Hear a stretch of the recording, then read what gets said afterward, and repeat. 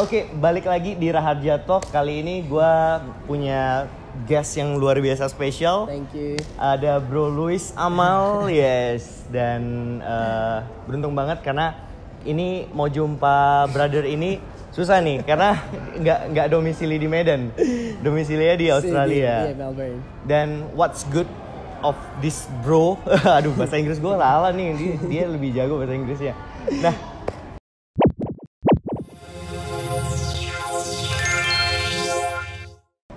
anyway, aku langsung pengen nanya nih. Iya, boleh. Kalau misalnya anak-anak Medan, mostly apalagi kalau misalnya cerita soal fotografer, pasti udah pada kenal lah. Siap. Atau tahulah karya-karya dari Bro Luis. Siap. Nah, pertanyaan aku ini adalah dari Medan, jauh-jauh ke Australia. Di mana sih, Sydney atau Melbourne atau di mana? Aku dulu graduate from Sydney. Sydney. Habis itu aku dapat kerjaan di Melbourne, a full-time job in Melbourne. Oke. Gitu. Dan ketika udah nyampe Melbourne, orang kan pasti pengennya itu, wah, kerja kantoran atau mungkin bangun bisnis kalau ada modalnya gede dan segala macam. Tapi ini malahan milih fotografi. Memang suka fotografi dari awal. Okay, to be honest with you, I have a full-time job as well. Oke. I work full-time job. Aku itu kerja di private equity. Oke. Aku itu sebagai mining analyst. Waduh. Jadi so my Monday to Friday, 9 to 5, itu semua kerjaan bank. I'm an analyst. No one knows. Oke. I'm a photographer there, okay? Oke. Jadi Sabtu Minggu itu lebih ke my hobby. That's what I love. Oke. Awalnya aku mulai start itu karena bosen. Bosan. Itu karena bosen. Kita namanya iseng-iseng ya ini ya. Jadi ada kemarin dulu awalnya aku itu mau jadi fashion blogger. Oke, blogger berarti Itu nge-vlog gitu. nge-vlog, ya kan? Oke. Something like this, right? Oke, Tapi itu oke. lebih ke fashion. Oke, asik, Aku asik. sampai apa ya, kemarin tuh yang parahnya itu aku ke pantai tapi bawa koper. Pantai bawa koper, oke. Kopernya kayak ada suit, ada gitu-gitu. Semua orang kayak, bro, what you doing here? I'm having a photo shoot right here. Tapi ya dulunya itu lebih mau ke sana. Dan karena aku punya teman dekat yang fotografer juga. Oke. Yang pertama kali ajarin saya foto. Dan aku merasa, ih enak juga nih kalau misalnya jadi fashion blogger nih awalnya. Wait, aku potong. Jadi ceritanya belajar fotonya itu di sana atau emang dari sebelumnya udah? Iya, aku dulu benci banget sama foto. Wait a minute. Oke. Aku benci banget. Aku itu kalau disuruh pegang Sekarang kamera, jadi master. aku dulu disuruh fotoin orang-orang kayak, aduh malas banget gini-gini. Tapi pas bosen yang menyerang, Ya. temen itu ngajak, lu mau gak kita road trip gitu kemana gitu kan? Ya. Gue bilang ya udah, tapi gue yang difoto ya. Awalnya gue narsisnya gila ya gitu ya. Siap. Sebenarnya pas sampai dia for good, aku suruh orang, bantuin dong fotoin. Ya. Itu the photos just look different. Di sana I realized not everyone seeing one, nggak semua orang lihat perspektif itu sama. Ya. Misalnya saya bisa lihat cara mereka foto di sini dan kamu lihat cara mereka foto di sini, kita berdua itu bisa berbeda. Iya. Aku baru sana realize that, okay, I think I have a good eye in it gitu kan. Aku start beli kamera, start foto-foto. Habis itu aku terinspirasi sama yang namanya Instagram page called Art of Visuals. Itu dimana orang yang fotonya landscape, yang bagus-bagus, yang waterfall. Oh, berarti awalnya mulainya itu seneng foto itu benda mati. Benda mati. Oke. Karena kan aku baru terjun ke dunia ini. Iya. Kalau aku ada yang benda yang hidup ya Susah ya. mau suruh mereka ngapain juga aku nggak ngerti gitu kan. Mendingan awalnya. foto sendiri lebih ngerti ya. Iya, mendingan foto sendiri lebih ngerti gitu kan. Iya. Habis itu dari sana coba-coba foto, karena aku lihat banyak at that day itu banyak banget foto yang urban cityscape. Ya. Itu benda mati yang tapi di kota-kota. Benar. Nah di sana aku mulai start foto-foto, dan di sana aku follow banyak orang Instagramers. And then however when they do this what they call photo walk atau Yeah. Instameet, Yeah. aku hadir di sana. Oh. Aku Di Australia di nih ya. Australia.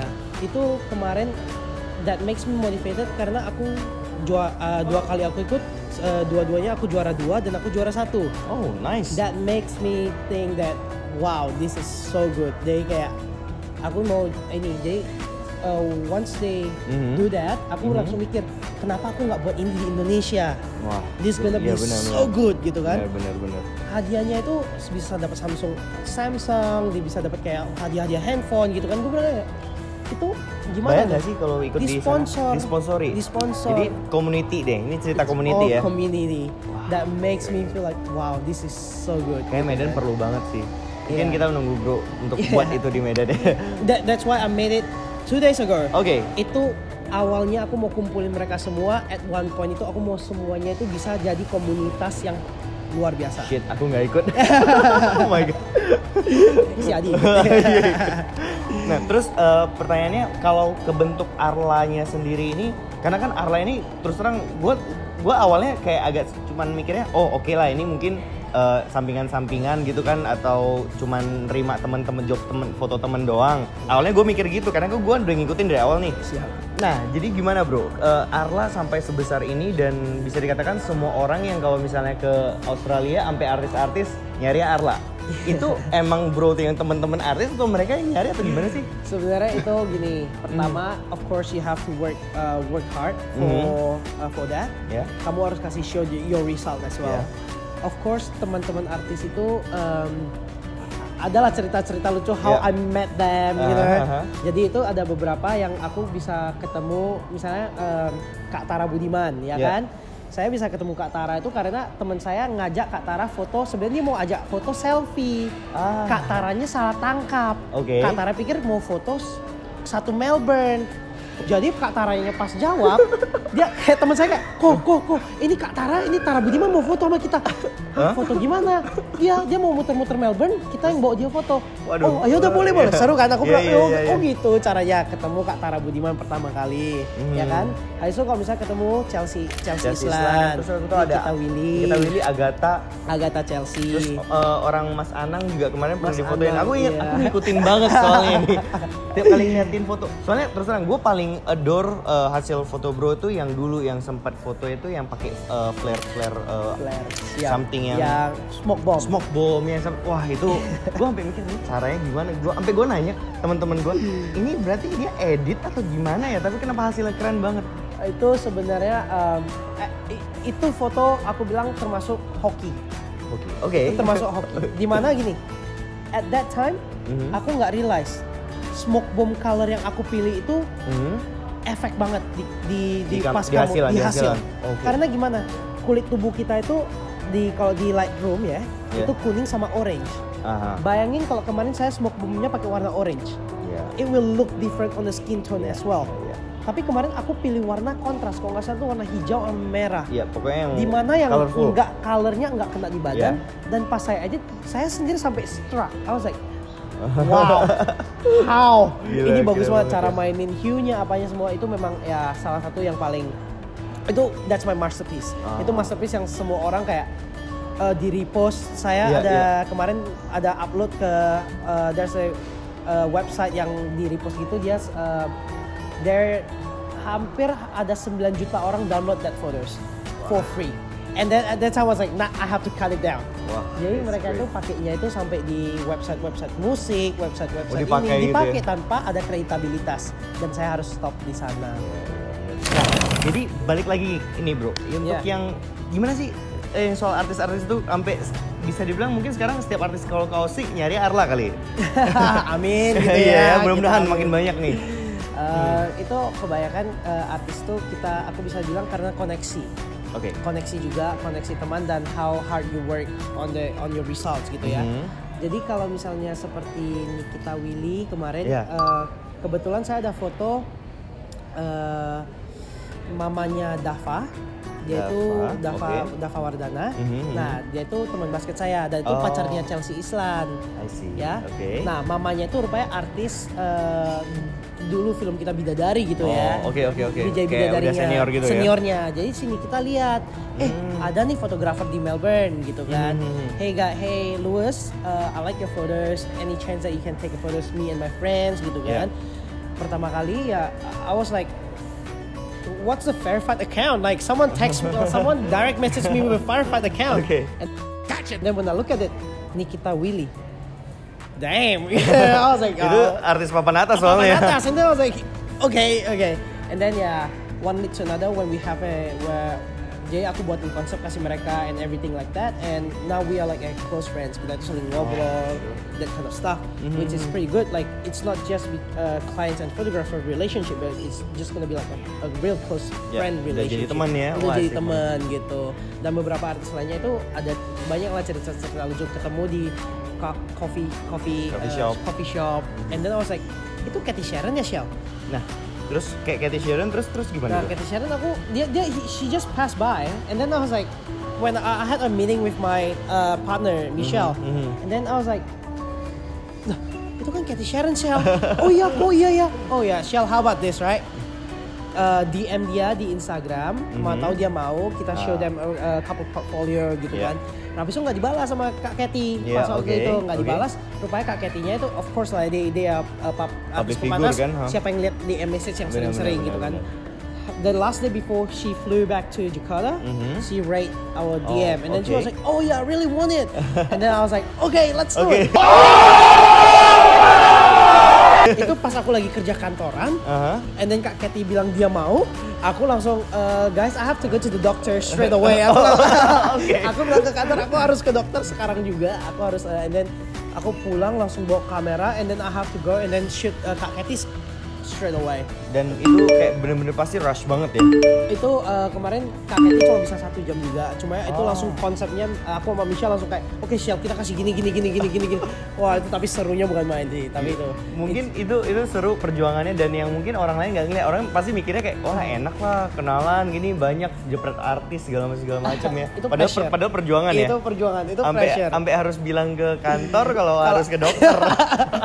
Dia bilang, kenapa kamu pagi baik-baik aja kok? Iya, demam nih kayaknya. Kalau misalnya bicara soal sama klien, pernah nggak sih ketemu klien yang rempong yang buat sampai stres gitu? Dan tipsnya untuk ngadapin klien kayak gitu untuk teman-teman fotografer supaya tetap bisa terjaga kualitas dan relationship tadi. Iya, well of course, kalau untuk ketemu klien yang susah gitu ya, nggak semua klien itu bisa proaktif kita. Ya benar. Kan? Ada yang diem, dia nggak tahu apa-apa gitu. Karena kadang klien itu mikir kayak, istri saya aja kok yang mau foto, sebenarnya cowoknya itu I'm here just to pay. Tapi kita itu nggak boleh, kita itu harus adaptasi. Jadi setiap sebelum photoshoot, I always ask them to let's have dinner together, right? Lunch together. Aku belajar mereka punya kepribadian, behave mereka. Kalau aku buat ketawa, joke around, and they don't get it, and then aku harus aware. Berarti ini cowok, kita nggak bisa ini. Jadi tapi gini, kalau misalnya mereka itu udah bayar kita untuk trust us to shoot their pre-wedding, of course they have to like our karya dulu dong. Jadi kadang mereka harus lebih kooperatif. Tapi kadang kalau misalnya klien nggak kooperatif, I will always ask them, hey, let's do it one more time ini loh. Kayak you guys pay this much. I think it's ini kan juga aku juga hobi ya di sini ya. Aku mau kita itu fotonya juga bagus-bagus. Jadi coba kooperatif sekali lagi gitu. Dan kebanyakan cowoknya itu atau apanya ceweknya itu pas lagi mereka bad mood, kita itu ulang lagi, make them laugh gitu kan. Maksudnya approachingnya. Asal gini, misalnya mereka bilang nggak bagus nih lokasinya, gue bilang gini, how about aku kasih kalian aktivitas to do, kalian play with it gitu. Jadi kita kasih dia aktivitas yang lebih lucu. Gitu, misalnya kayak, hey, gimana cara buat Indomie dengan suara seksi. Nah, mereka kayak ketawa, hah? Suara seksi gitu kan. The moment when I say that, that's the moment it's a pure laugh. Itu candid yang paling murni. Berarti nilai dari sebuah komunikasi ataupun cara kita ke klien itu besar banget ya untuk ngasilin hasil yang bagus juga tadi ya? Itu menghasilkan, itu beda. Kalau misalnya pas mereka lagi pas aku suruh mereka beraktivitas, mereka start ngomong how to make mie goreng atau sandwich dengan suara seksi. Kadang ceweknya nggak ngerti. Tapi pas aku ngomong, mereka itu udah ketawa. So our eyes still has to be in the camera all the time. The moment pas mereka ketawa aja, that's the most expensive one. That's the golden shot deh. That's the golden shot. Ya, gitu. Nah, ini pertanyaan pamungkasnya aku nih. Siap. Bro. Tadi bro ada bilang kalau misalnya pengen buka di Medan nantinya. Tadi di ini ya. Kenapa mau buka di Medan sementara kalau di Australia udahlah, di situ kan udah kayak mungkin udah internasional ya. Kalau Medan kan balik lagi nih. Dan belum tentu. Saya nggak tahu nih Medan bakal bisa terima atau enggak nantinya. Siap. Itu why? That's the question that I always ask myself. Karena Medan, dimana I born here, I born in Medan. Aku itu lebih karena fotografi ini udah sebagai passion aku. Aku itu mau mengedukasikan orang-orang Medan atau orang-orang Indonesia untuk lebih ambil konsep dari luar. Jangan semuanya. Konsep yang gimana bro maksudnya? Jadi konsep yang dari luar itu Dia boleh kasih contoh satu. Contohnya dulu banyak orang yang mau kayak, hey, coba aku mau ball gown yang besar banget, aku mau yang kelihatan seperti raja dan ratu. Tapi at that moment, I feel like there's no chemistry on that photos.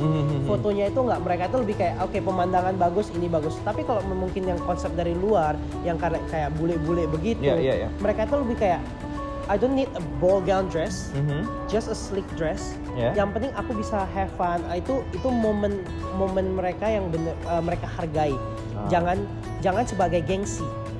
Ya kan kebanyakan orang Indonesia, gengsi aku di Paris, aku di sini. Nyarinya itu doang. Bener dong. Tapi gini, foto pre-wedding itu it doesn't has to be in a good place. It just has to be a good moment, chemistry. Kalian itu harus keluar. Itu aku merasa pas kalian 10 tahun lagi kalian buka, you will laugh at that photos. Instead you will just kayak Paris. Gitu doang ya. When you look at it, kamu punya chemistry. Momennya itu semua kayak iya nih, dia ngomongin tentang sandwich Sarah, baca seksi nih, ketawa gitu. Betul. Jadi dia ada storytelling di setiap foto instead of just a pose. Ya, mungkin filosofi inilah yang harus dimiliki sama teman-teman fotografi. Aku rasa ini berlaku ke seluruh jenis fotografi yang diambil ya. Yes. Apalagi kalau berkaitan dengan manusia ya. Iya, berkaitan dengan manusia, benar. Iya benar. Terus ini, gue mau nanya, gue boleh nanya gak? Besar nggak sih bayarannya di situ? Lebih dihargai. Oke. Lebih dihargai. Jadi terus satu lagi, kalau misalnya yang request foto itu orang bule sama orang Indo, lebih willing to pay orang Indo atau orang bule? Kalau itu semuanya kebanyakan depends. Depends on? Kalau depends on, kebanyakan gini. Of course, when we offer some price, people negotiate. Ya, wajar. Cuma orang bule itu lebih kayak, oh ya udah. Dia kayak negotiate, kita kayak, oh sorry, kita itu cuma bisa kasih gini karena kita harus bayar A, B, C, D, E, gitu kan. Tapi kalau orang Indonesia itu, dia itu gini, kita dapat bonus gak? Sebelum kita offer aja tuh, kita dapat bonus gak? Jadi siapin bonus dulu di belakang. Siapin bonus dulu di belakang. Kita jangan kasih lihat bonus di depan. Kita itu mau udah siapin bonus dari belakang. Dia nanya ada. Oh seneng gitu. Ya. Jadi seneng kan. Oh gitu. Antara either bonus or diskon. Iya, either bonus diskon. Tapi kalau Indonesia itu lebih ke service ya. Service. Misalnya contohnya dulu pertama kali saya buka jasa ini. Iya. Aku jemput mereka dari airport, aku book Airbnb mereka, aku book ini. Jadi mereka tuh, iya, aku cuma bilang kalian cuma datang, bawa diri dan bawa baju. Iya. Ya kan gak usah mikir apa-apa lagi. Makeup artist saya cariin, apa semua cariin. Kalian paket lah pokoknya. Paket lah ya, pokoknya sampai ini service yang makan di mana aku bawain gitu. Udah kayak tour guide. Udah tour guide banget. Complete tour guide. Tapi itu dulu when I have time to do it, I'll do it for sure. Tapi ya sekarang kita makin sibuk, aku udah sekarang mau cari beberapa orang yang bisa bantuin aku ngerjain begituan. Jemput mereka dari airport, ini dari airport. Tapi tetap pelayanan diberikan? Yes, harus. Arla, itu berarti itu mungkin salah satu alasan banyak yang senang. Nah, oke, untuk nutup Raja Talk bersama Bro Luis, boleh nggak ada satu tips untuk kita dalam ngebangun usaha di industri kreatif khususnya? Bisa jadi foto, bisa jadi video, bisa jadi apapun itu. Ada tips nggak dari yang udah menjalankan di Australia dan sukses itu? For me to become this big, kalian itu tidak boleh memikirkan tentang financial, uang. Yang kalian mikirkan itu karir, portfolio. You guys have to, yang kalian mikirkan semua gimana aku bisa naik pakai portfolio, bukan dengan gimana saya mikir dapat duit yang banyak dari hasil ini. Karena dengan kalian punya passion di sana, money will come to you in no time. Itu tips yang paling aku bilang sih, jangan terlalu rakus, greedy, it won't work. Kalian benar-benar harus pure, genuine, kalian itu benar-benar into this industry, the money will come to you for sure. Wow, luar biasa, gue merinding nih. Andaikan semua anak-anak Medan bisa seperti Bro Luis, aku yakin industri kreatif di Medan dan Indonesia itu bakal cepat untuk growingnya. Tapi aku yakin sih dengan sosok-sosok muda seperti Bro Luis ini sendiri yang sekarang sendiri sudah punya inisiasi untuk ngebangun sesuatu mulai dari Medan. Saya yakin kalau ini akan berkembang sampai ke Jakarta, mungkin seluruh Indonesia ya. Iya, kita udah ada planning untuk ke Jakarta, Bandung, Medan. Sekarang ada 3 kota yang kita akan ini. Cuma ya kita harus buat step by step dulu. Aku harus bener-bener yang Melbourne udah let's settle it. Yeah. And then we gonna do international overseas straight away. Ini nyari fotografer freelance bisa kasih tau gua sama Adi sih. Siap. Oke, thank you bro. Senang sama-sama. banget bisa ngobrol Thank you. semoga menginspirasi semua teman-teman yang nonton dan sukses terus untuk Arla di Australia dan makasih. ditunggu Thank you. kesuksesannya yang lain dan mudah-mudahan nanti berikutnya bisa ada hal-hal luar biasa lagi bisa kita obrolin ya. Siap, pasti. Dan kalau misalnya kalian ada yang mau kalian tanyakan ke Bro Luis, Silakan. boleh tulis komen di komen bawah. Nanti aku boleh tanyain kalau memang banyak. Bisa jadi apabila ada kesempatan kita buat konten lagi. Siap. Kali aja konten berikutnya tutorial kali ya. Boleh. Memang udah lagi mau Buat ya. buat tutorial, cuma belum ada waktu untuk ngajarin orang-orang. Ini orang inspiratif. Oke, thank you dan Sama-sama. seperti biasanya gue tutup dengan salam. Oke.